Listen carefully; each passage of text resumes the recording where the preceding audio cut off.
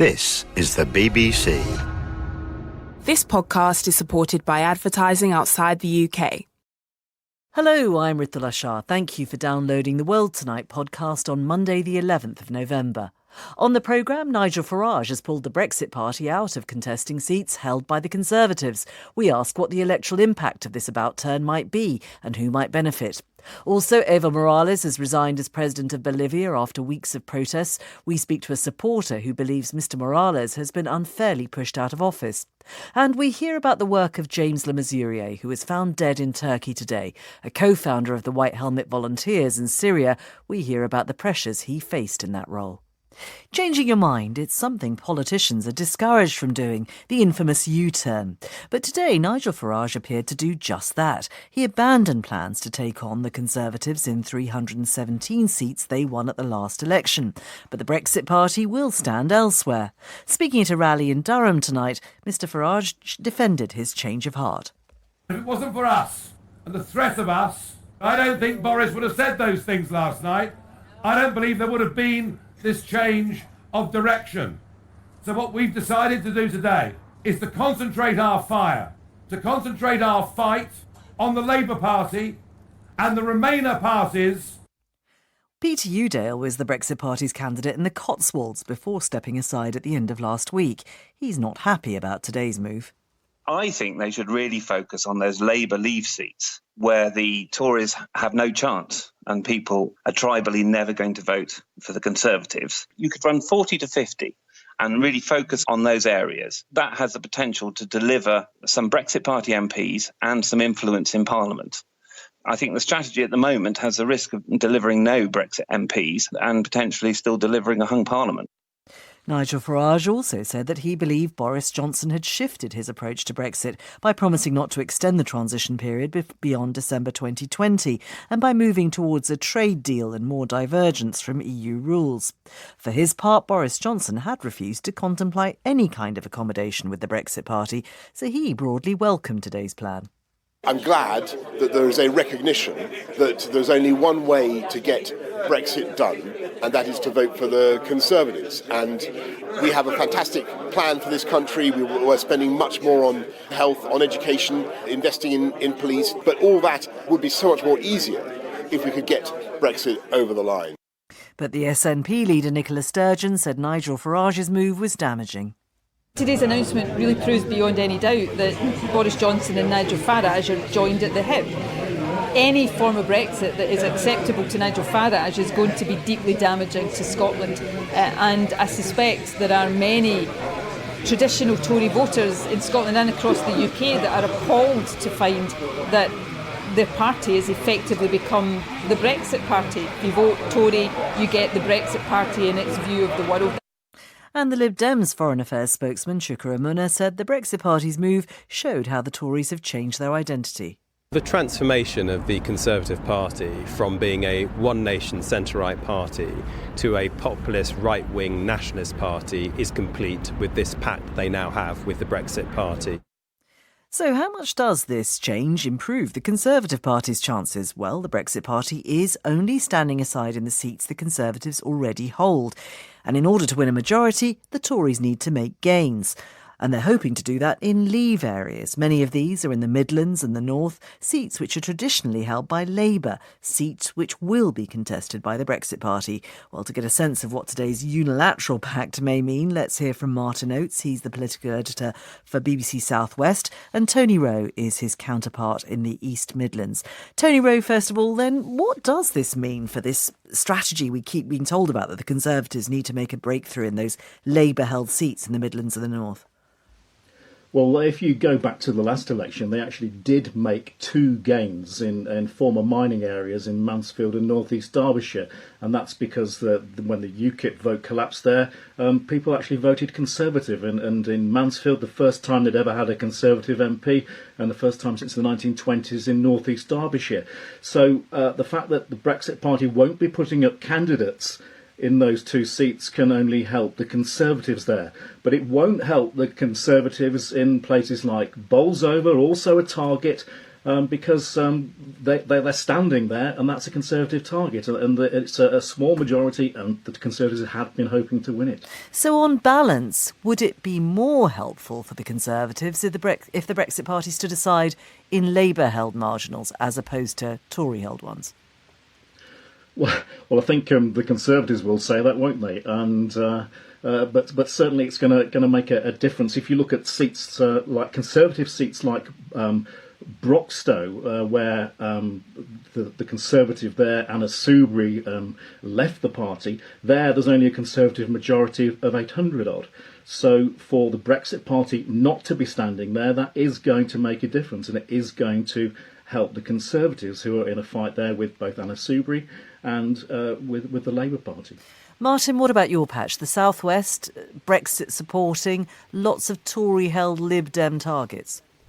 Absolutely, and clearly patches like Tony's in the Midlands can make the difference in a general election, but in these very tight elections we've seen over the past decade, the South West is arguably being the kingmaker. I mean, clearly in the 2015 election it was the surprise collapse of the Lib Dems across the West Country, almost clean sweep by the Tories replacing them, which arguably swung the result. I mean, the Conservatives have been anxiously eyeing the Lib Dems' successes, not just in the European elections, but also in the local elections in Devon and Somerset earlier this year, making quite a significant comeback in key local government areas where until recently they had MPs. So, yeah, I think it's perfectly reasonable to suggest that removing the Brexit Party threat in those areas will be welcomed by the Conservatives and could influence the result in places where there have been narrow contests previously. I mean, the obvious seat, the most marginal seat in the South West is St Ives, right at the tip of Cornwall. Lib Dem, for nearly 2 decades, went Conservative in 2015. The previous Lib Dem MP came within just over 300 votes of getting it back last time. He won't face a Brexit Party candidate, but he will now face a Green, because we've also had this Remain pact that was announced a few days ago. And on the face of it, rather inexplicably, the Greens, who didn't stand a candidate in St Ives last time when there wasn't any formal Remain alliance, are standing one this time. I think that's probably because the local parties ultimately have a veto, and presumably the Greens, who have had some local government success in St Ives, are digging their heels in. So, yes, as you say, a whole set of very, very marginal seats, and these little differences and decisions to stand or not to stand could tip the balance.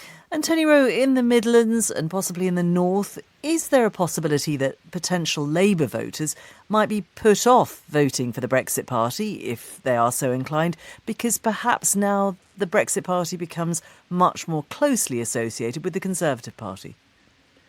Well, I think you said that we heard in the introduction that someone was saying that people are never going to vote for the Conservatives who back Labour.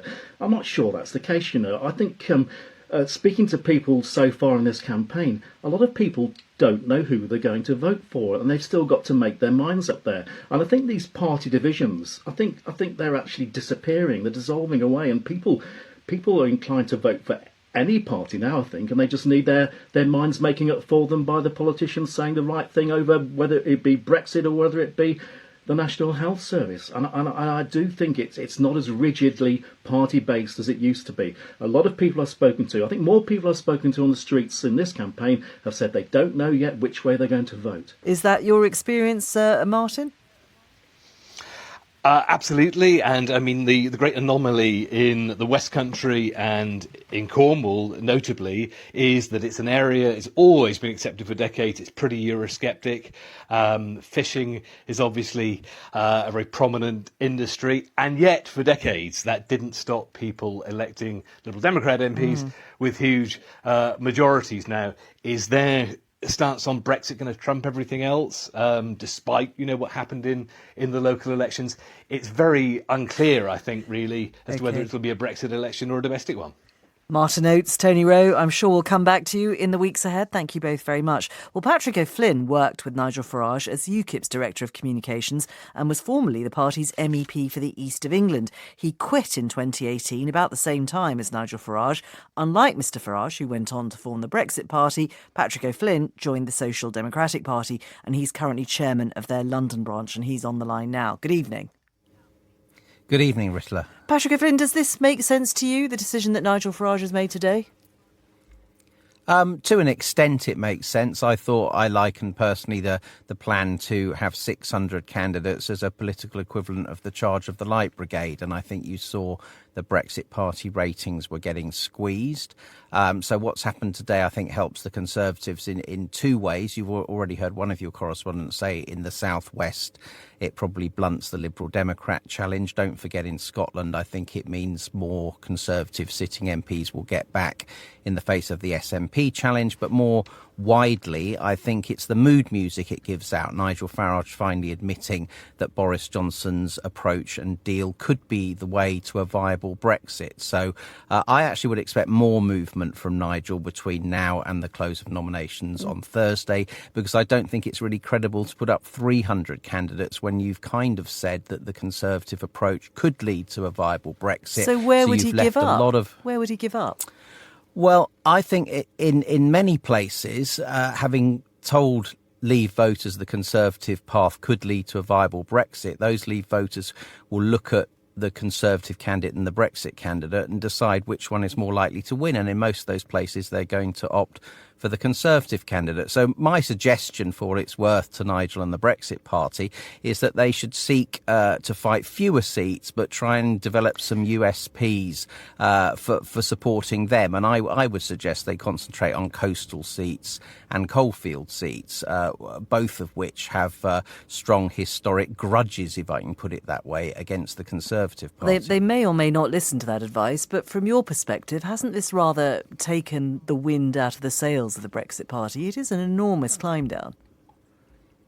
Yes, it's taken the wind out of the sails of this general election campaign. I still think the Brexit Party appears destined to be remembered in history as a magnificent achievement. I personally would say, as someone who's not part of the Brexit Party, if it wasn't for Nigel creating it, we would still have Theresa May as Prime Minister, and we'd be looking at either no Brexit at all or the perpetual purgatory of the backstop. So it's achieved its aim, but a humiliating climb down for Nigel Farage today?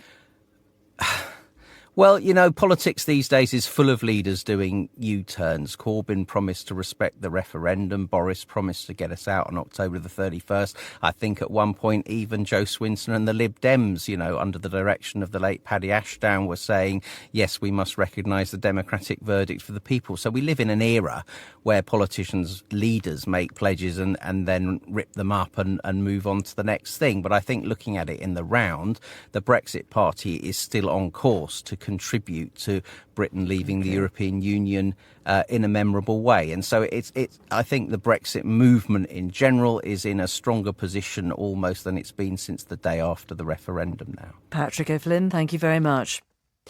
For the sixth year in a row, more than 1,000 people have died attempting to cross the Mediterranean Sea, according to the UN Refugee Agency. The Mediterranean crossing remains the deadliest known migration route worldwide. People are 4 times more likely to die than last year, according to the International Organization for Migration, because there are fewer humanitarian rescue vessels at sea. Most leave from Libya, where our international correspondent Ola Gurin met one family who are determined to keep trying the treacherous crossing. It's early morning and I've just arrived to meet a family from Cameroon who have been trying desperately to reach Europe. They've already suffered a lot on their journey and they're stuck here in Libya in limbo. There's a young boy peeking out from the doorway, waiting to see us. We're just making our way now to where the family are living. It's quite a rough breeze block house, single story, in the back garden behind an apartment block that's under construction.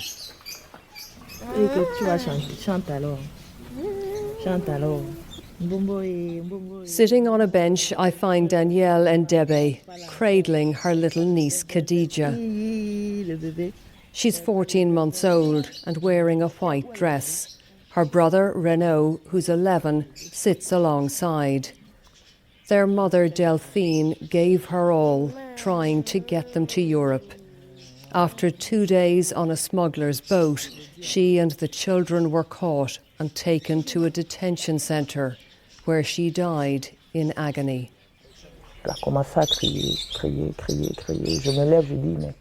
She was crying out. I got up and I asked her what was wrong. She said she had a headache. We were locked in. There was nobody there at night. It was like this all night.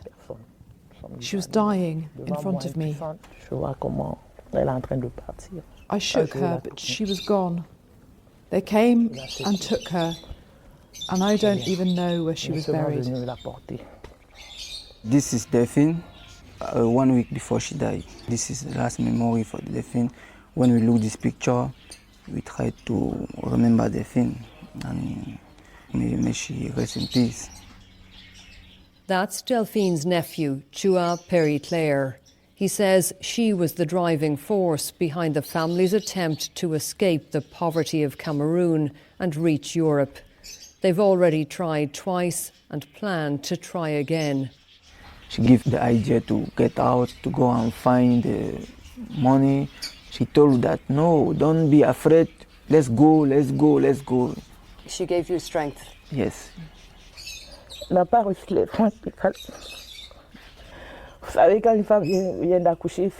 Danielle breaks down as she remembers the hardships her sister faced, including giving birth to Khadija in a detention centre without proper medical care.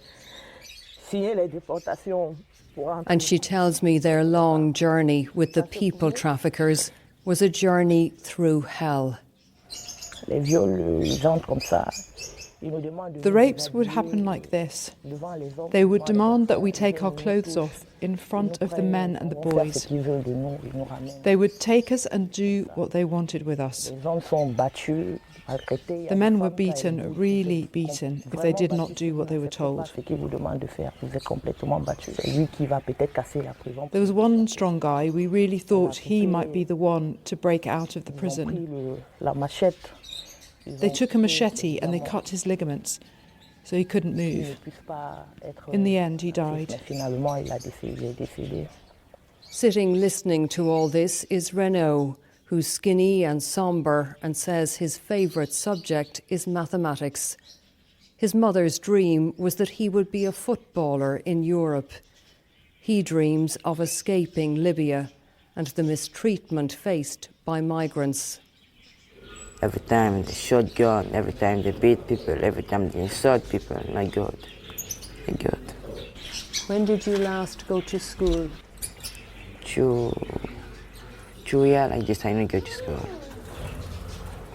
What do you think about Europe? What do you hope for in Europe? I know if I go to Europe, I will learn, I will be somebody tomorrow, you know. Renaud admits he's scared to cross the Mediterranean, but he's ready to risk his life to complete his mother's journey. Orla Guerin reporting. He was Bolivia's first indigenous president, a former coca farmer, the leaf that can be used to make cocaine, whose supporters saw him as the man who rubbed balm on a country riven by racism and poverty.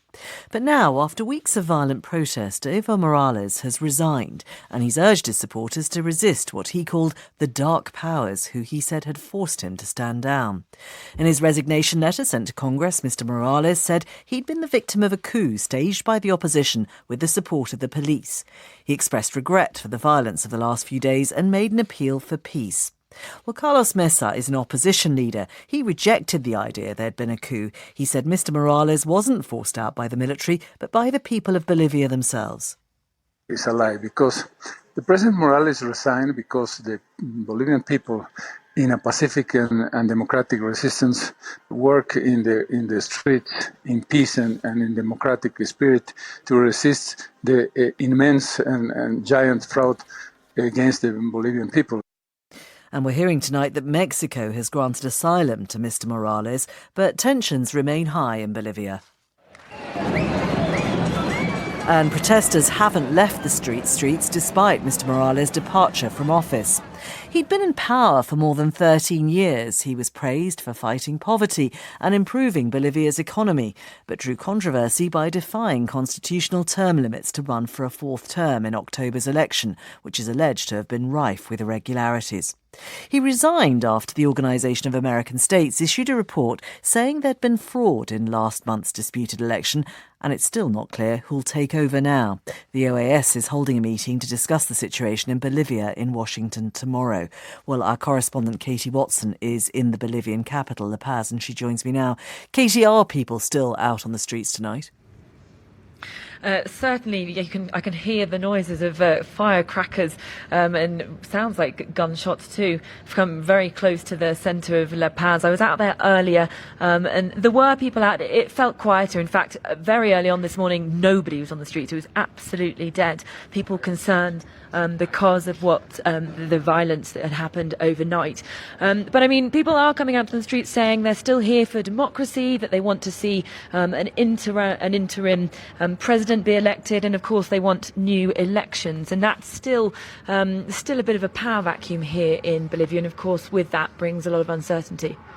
And what about this news that Mr. Morales is going to go to Mexico? Is that a surprise? I don't think it is a surprise. I mean, when the army, the head of armed forces, announced that they thought that Evo Morales should go for the good of the country, certainly López Obrador, the president of Mexico, criticised that move. He is an ally in the country, and so that was one of the options for him. The other option had been Argentina as well, but it increasingly looked like Mexico was the favourite, and obviously, but the issue is how to get him out of Bolivia, and the foreign minister has asked Bolivia to allow him safe passage out of the country. Evo Morales retains a support base. He still is popular amongst a significant section of the population. Is there a danger that he becomes the king over the water? Well, he is very popular, and I think, but he's not as popular as he was. And I think that's the issue, is that a lot of people have seen his flaws. And as you mentioned, previously, this idea that yes, he made huge changes in terms of social inclusion, in terms of the economy. He steered the economy well, for much of the past decade. But that economic growth is slowing, and of course his democratic values came into question, and so that has been the big talking point. And people that you thought you perhaps had voted for him, but previously have said no, this country needs change. So yes, it's divided. And I think the issue is the issue of the military involvement and asking for him to go. Was it a coup? Was it the demands of the people? It certainly was uncomfortable, given that Evo Morales then resigned shortly afterwards. Katie Watson, thank you very much indeed. Well, Ruth Ali Paz-Kuki heads a key indigenous rights group in the country. She explained why many indigenous people in Bolivia had turned their backs on Evo Morales. He had all our support as indigenous people. And we can say that his first 2 terms of presidency, he had a good presidency, but 2010 just started to make mega dams in territories. He made 2 laws to authorize the deforestation and to burn the forest. And that's the kind of acts that as indigenous people, we don't want this kind of president that is pushing that economic politics in our territories. He's not acting now anymore like indigenous people. So we feel that he doesn't represent anymore to us. Well, Catherine Ledebur is director of the Andean Information Network, a Bolivian human rights group, which focuses in particular on the coca-growing areas of the country. What's her reaction to Mr. Morales' resignation? Well, I think that it was based on extreme violence and extreme escalating demands on a part of a opposition that has become right-wing. Morales complied with his promise to follow the results of the OAS electoral audit and had called for new elections. Constitutionally, Morales' elected term ends January 24th. first, and he should have been allowed to finish that. In spite of his call for elections, which was the demand of opposition forces, violence continued to escalate. His ministers and representatives' homes were burnt.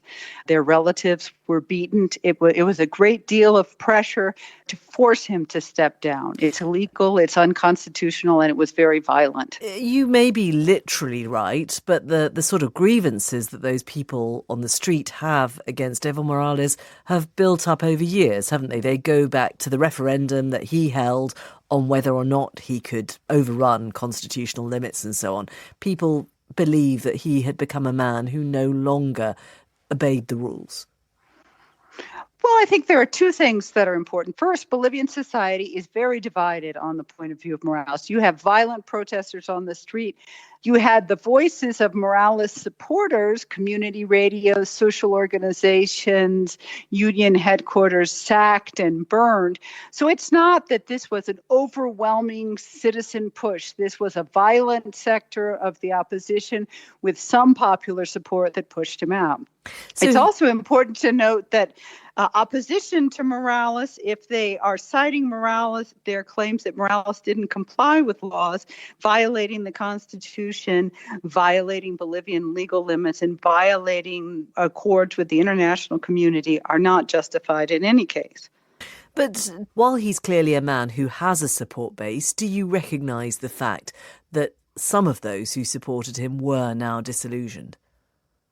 Well, I think that is obviously the case. And I think that lower polling numbers in the election showed that. The widespread support that he initially enjoyed has diminished slightly, and especially in this fourth election, but still has a great deal of grassroots support. It's an evolving dynamic. What do you think his legacy will be? I think that his legacy will be, in terms of his tenure, a more inclusive government, a government with the highest levels of indigenous participation in the world, with a gender parity policy that was clearly implemented, with dramatic reductions in extreme poverty, in illiteracy, and infant mortality, an extension of basic services, and attention to the rural areas. Catherine Nedeba, who remains an Evo Morales supporter. So what impact will this crisis have on Bolivia and the wider region? John Polgar Hakimowicz is a political scientist who specialises in Latin America at the United States Naval Academy, and he joins me now. Good evening. Good evening. Mr. Polgar Hakimowicz, how do you think Bolivia will emerge from this crisis? Well, it's very clear that this crisis is exacerbating the already deep divisions in society and in politics. I think that governance is going to be quite difficult, especially in the short term. The fact that 4 officials in the constitutional line of succession, the president, the vice president, and the heads of the Senate and Chamber of Deputies resigned means that, as far as I know, all day today, the legislature has been scrambling to cobble together quorum to simply appoint a new leader. And they need a new leader to govern and steer the country out of this crisis. What about the neighbours, though? We know that the OAS is going to meet tomorrow. Both Mexico and Argentina have condemned the developments of the past 24 hours. Mexico's granting Evo Morales asylum. President Bolsonaro of Brazil, on the other hand, called it a great day. Well, this will have repercussions across Latin America. This crisis, I would call it a coup. Some are calling it a forced resignation. But because this has become so politicized, I think that this will also further divide a region between a left that is calling it a coup and a political right that is applauding the military's actions. And so far, views have largely fallen along these ideological lines. And I think that complicates efforts towards regional solidarity in, for example, dealing with crises in other countries, including Venezuela. A second thing is that this could possibly have repercussions in Venezuela and in other places, possibly Nicaragua, simply in the fact that the left-wing authoritarian government in Venezuela could see the attacks on Bolivian socialists today and last evening as proof that ceding power could be dangerous, right? And that despite Venezuelan opposition claims of amnesty, offers of amnesty, that ultimately the popular will might not be able to guarantee that. So you raised the idea of a coup. Evo Morales has accused the police and the military of conducting a coup. Is that a fair description of what happened? There have been protests against him for some time, concerns about the legitimacy of the last election and so on. Certainly. I would probably consider it a coup, but it's different from coups of the past, where a military intervened directly and took power and held on to power.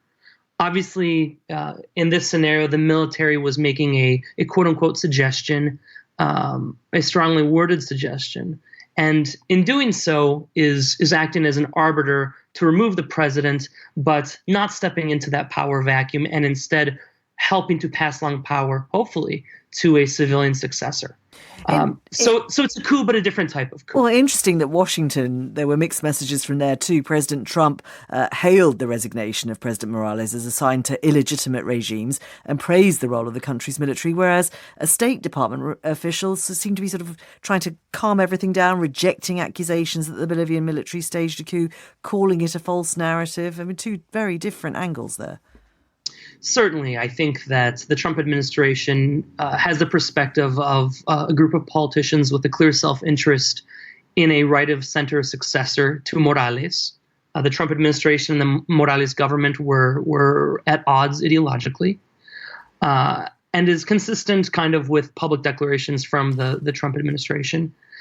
And the State Department issued, a very circumspect declaration that I think reflects the fact that it's a politically neutral bureaucratic agency that is concerned about stability in the region and democratic governance above all. John Polgar Hekimovic, thank you very much indeed. The work of the White Helmets in Syria has been widely reported.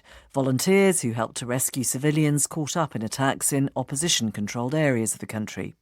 James Lemessurier was one of their co-founders. Today he was found dead near his home in Istanbul. The White Helmets perform dangerous work, often in harrowing conditions. This is an interview we conducted with Anas, a member of the White Helmets, after what was believed to be a chemical attack on the town of Khan Sheikhoun in April 2017. He described what he'd seen, and his words were translated by a member of the BBC Arabic service. The airstrikes targeted the northern neighborhood, and then a rescue team arrived with the ambulances to tend to the wounded. What happened is that this rescue team were affected by the gas that was over there, and so they had to send another rescue team to save the first rescue team, which were choking, and then to tend to the other wounded. What were the kind of symptoms that people were showing? People directly knew that it was a gas attack because there were some symptoms like coughing, heart shaking, suffocation, eye redness, and they had some stuff coming out of their mouths. A White Helmet worker there. Well, James Lemessurier himself told us about the challenges faced by the White Helmets. They have been and continue to be witnesses to the regime and Russian atrocities on the ground. Over the past 5 years or so, 260 have been killed and more than 600 injured. And for that, they've been singled out for being witnesses on the ground. Were quite literally hunted down by the regime. Well, James's work meant that he was something of a target for Syria and its allies, and the circumstances around his death remain unclear. Hamish de Bretton-Gordon was an army officer who worked alongside James Lemessurier in Syria for some years. It was James's idea originally to set up the White Helmets back in 2014. The infrastructure in northern Syria in particular was completely destroyed in the conflict. There was no sort of running water, there was no ambulance service, there was no fire brigade. So James decided to set one up using local people and then train them in these various skills. And it was an incredible effort. and they have saved many thousands of lives over the last 4 or 5 years. But it was his idea. He got the funding. He had the drive to set it up. And I started working with him around sort of late 2014 with my help with the hospitals in Syria, where a lot of the casualties that the White Helmets got out of the rubble were taken to. And what was his background that he felt he could take on work like this? Well, James was an army officer, and in fact, we served together, although he only served in the military for, I think, for 5 or 6 years, and then had a lot of experience, I think, in the Middle East and elsewhere, and then got involved in looking what humanitarian support could be given to Syria. And, to his very great credit, he managed to get funding from the British government and the American governments and others and set up this scheme. It's almost indescribable. Myself and a few others were going out in and out of Syria, and very quickly helping with hospitals and all the rest of it. But these guys set up a complete network of, like the NHS, the ambulance and the fire brigade across vast swathes of Syria, a huge area involving thousands of people that saved thousands and thousands of lives. It was a really incredible feat, and I'm still not entirely sure how he managed it. But obviously operating in opposition areas and regarded with huge suspicion by Assad and the state apparatus. Well, absolutely. I think all of those of us who operated in opposition areas were treated in the same vein by Assad and their propagandists, and also the Russians. And there was a determined campaign really from the start to try and frame the White Helmets as being part of the jihadis and part of Al-Qaeda, and actually trying to attack the regime rather than provide this most amazing first response and health response, which is what they do. And I investigated a number of chemical attacks in Syria in 2014 and 2015 that the regime and the Russians claim were the White Helmets. I was there. They were not involved at all. These were chlorine barrel bombs dropped from helicopters. So it is fanciful, some of the stuff they're saying that the White Helmets are responsible for. There might be one or two out of the many, many thousands who perhaps were also working for Al-Qaeda and other jihadi groups, but generally I saw them doing heroic work and were not involved in any of the fake claims that we see so often on the internet from Russian and Syrian apologists. The circumstances of James Le Mesurier's death remain something of a mystery. He was found dead in Turkey today. From your knowledge, was he under pressure? What was he worried about? Well, I do know, and I saw him quite recently, and I thought he was in good shape, but he was under tremendous pressure from all these Russian and Syrian apologists and bots who attack him for helping the White Helmets, supposedly as Al-Qaeda, which I said absolutely were not. And only last Friday, the Russian Foreign Ministry accused him of not only being an MI6 agent, but also a jihadi, which is a complete contradiction and ridiculous. And I'm delighted that Karen Pierce, our UN rep in New York, this afternoon has stipulated he absolutely wasn't anything to do with the Secret Service. He was a fantastic humanitarian with a humanitarian footprint in Syria that very few other people managed to do. Hamish de Bretton-Gordon remembering James Le Mesurier. Tonight's closing headline, Nigel Farage has abandoned plans to field Brexit Party candidates in more than 600 constituencies in the general election. He now says he won't contest any Conservative-held seats and will focus instead on fighting Labour with the aim of preventing another EU referendum. That's The World Tonight. I'm Ruth Lashar. You can email us if you want to get in touch, world.tonight@bbc.co.uk. But for now, from me and everyone on the programme, good night.